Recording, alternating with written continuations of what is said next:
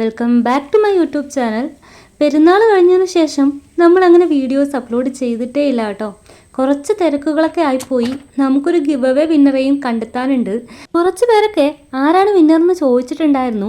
അതുപോലെ തന്നെ കുറച്ച് മെസ്സേജുകളും വന്നിട്ടുണ്ടായിരുന്നു, അതിൻ്റെ അപ്ഡേറ്റ് ഒന്നും ഇല്ലല്ലോ എന്ന് പറഞ്ഞിട്ട്. അപ്പോൾ ആരാണ് വിന്നറെന്ന് ഞാൻ ഈ വീഡിയോയിലൂടെ പറയുന്നുണ്ട് കേട്ടോ. വെയിറ്റ് ചെയ്യുക. ഇപ്പം ഞാൻ എന്താ ചെയ്യുന്നതെന്നറിയോ, മഴക്കാലം ആയപ്പോഴേക്കും നമ്മുടെ മെക്സിക്കൻ ഫ്ലൈ വൈൻ നല്ല ഹെൽത്തി ആയിട്ട് വന്നിട്ട് നിറയെ മുട്ടുകൾ ഉണ്ടാകുന്നുണ്ട് കേട്ടോ.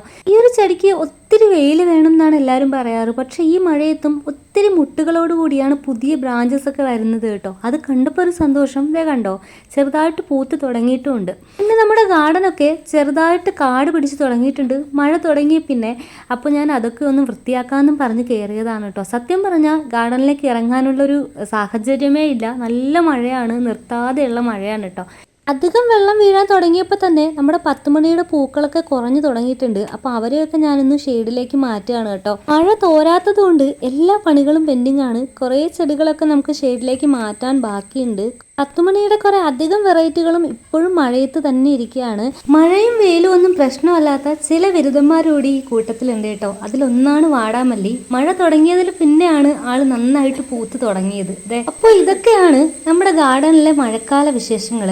ഇനി നമുക്ക് ആരാണ് നമ്മുടെ ഗിവ് അവേയുടെ വിന്നർ എന്ന് നോക്കാം. അന്ന് നമ്മൾ പറഞ്ഞിട്ടുണ്ടായിരുന്ന പ്രൈസ് എന്ന് പറയുന്നത് 4 പ്ലാന്റുകളാണ്. ഒന്നൊരു ഹാങ്ങിങ് വിങ്കയാണ്, 2 പിങ്ക് ഗ്രൗണ്ട് വിങ്കയാണ്, മൂന്നാമത്തത് റെയിൻ ലില്ലിയാണ്, നാലാമത്തത് വൈറ്റ് നാടൻ ജമന്തിയാണ്. അങ്ങനെ 4 പ്ലാന്റുകളാണ് നമ്മൾ വിന്നർക്ക് കൊടുക്കുന്നത്. ടോട്ടൽ 91 മെസ്സേജുകളാണ് നമുക്ക് ആ ഒരു വീഡിയോയ്ക്ക് ലഭിച്ചിട്ടുള്ളത്. ഈ 91 പേരുകളും ഇതുപോലെ എഴുതിയെടുക്കുന്നത് സത്യം പറഞ്ഞാൽ നല്ലൊരു ടാസ്ക്കാണ് കേട്ടോ. കുറേ ടൈം എടുത്തിട്ടുണ്ട്.